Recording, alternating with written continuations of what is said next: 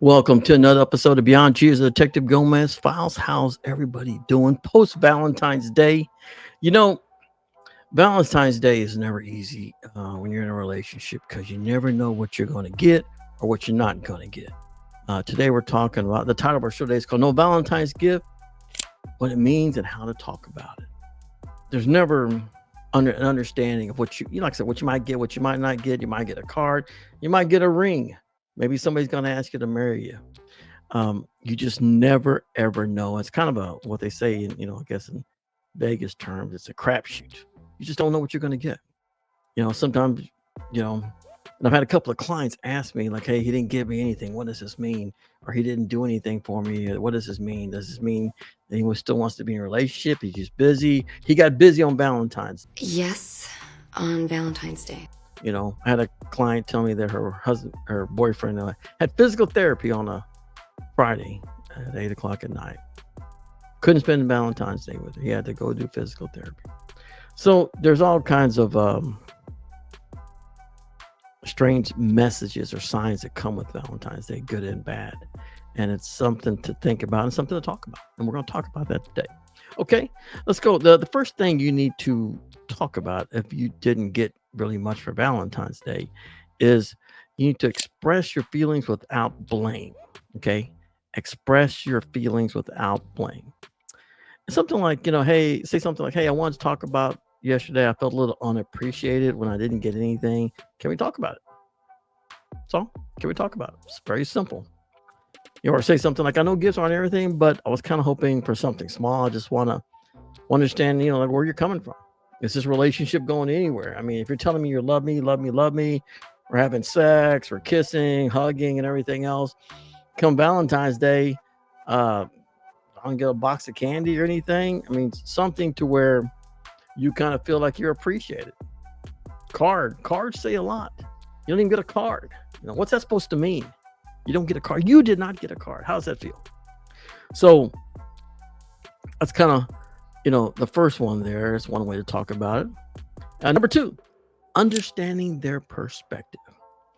Did you not realize I wanted something, or there was a reason you chose not to give me anything? Just ask them. Hey, maybe you were just in a mood. What does some people don't believe in holidays. This is kind of a romantic holiday. What does Valentine's Day mean to you? Do you see it differently than I do? Some people go all out, buy balloons and all kind. Some women are happy with one rose. Some women want 2 roses. Some guys go buy 3 dozens of flowers. Some guys go buy the whole room full of flowers. What does it mean to you? Does it not mean anything? Does it? Who knows? Okay, that's number 2. Number 3, exploring love languages. I think, you can say something like, I think gifts are one way I feel loved. What ways do you like to receive love? Talk to me like, how do you like it? How do you feel like you're being loved? Maybe or just come on and say, maybe we see things differently. But I want to make sure that we both feel appreciated in our relationship. Basically saying, hey, I don't mind how you feel, but better throw some love my way, whether you like it or not. Show some love.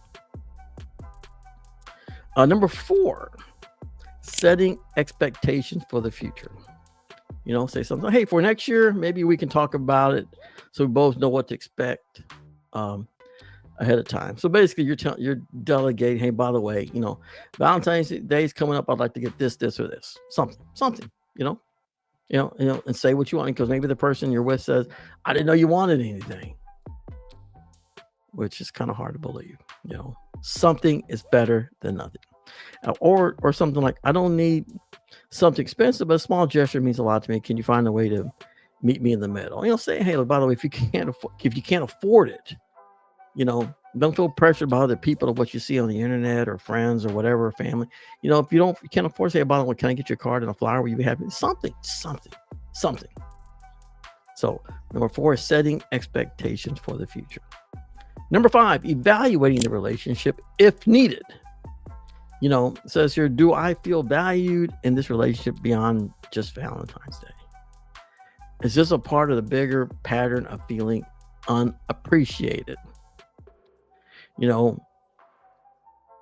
Would you like to, it says here, would you like to frame it more Play, you could say it playfully or seriously, depending on your relationship, you know. But you got to be kind of careful how you say things, because then you might upset somebody, and then they, hey, why you don't think I love you, and then you get upset and you get something else. So those are ways that you as a person can talk about it.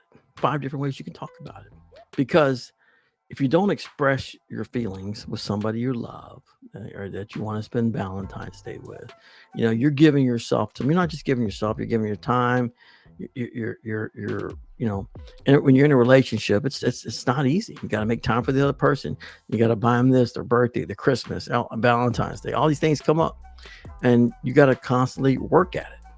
And Valentine's Day is kind of an easy way to help a little bit, because you can get them a card, flower, or order flowers, or there's just so many ways, or you can show someone you can kind of like them a little bit, or love them a lot on Valentine's Day, because the stores are full of stuff you can buy to help you make that someone special in life feel very special. And if you don't do that, then you're leaving yourself wide open for them to question your relationship with them. Wow, you tell me you love me, you want to come over and have sex with me, you want to kiss me, you want to do all this stuff with me, but it comes Valentine's, you couldn't buy me a card? Couldn't buy me a flower? I mean, there's plenty at the store. There's people selling them on the corners. You couldn't do that for me? Wow. So those are, 5 ways that you can talk about it with your significant other. And I'm going to go over with them one more time. 1 is expressing your feelings without blame. Number 2 is understanding their perspective. And number 3, exploring love languages.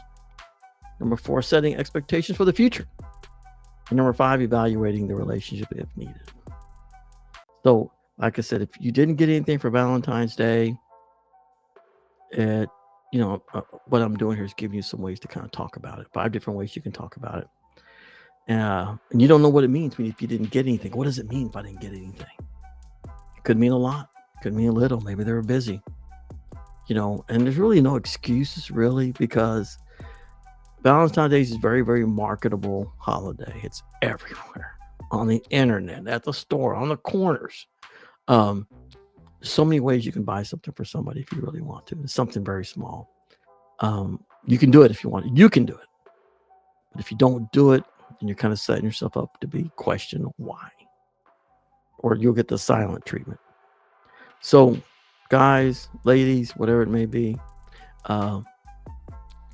you might want to question your relationship and see if there's something still there or not. So, with that to be said, I hope everybody did have a great Valentine's Day, and I hope next year gets even better. All right. So think about those things. And like I said, there's nothing wrong with talking about it, about not getting a Valentine's gift, but ask questions and see if we can get you some answers, and see if it's what you want to hear, not what you want to hear. If it's not what you want to hear, it's time to go wherever you got to go and get out of it.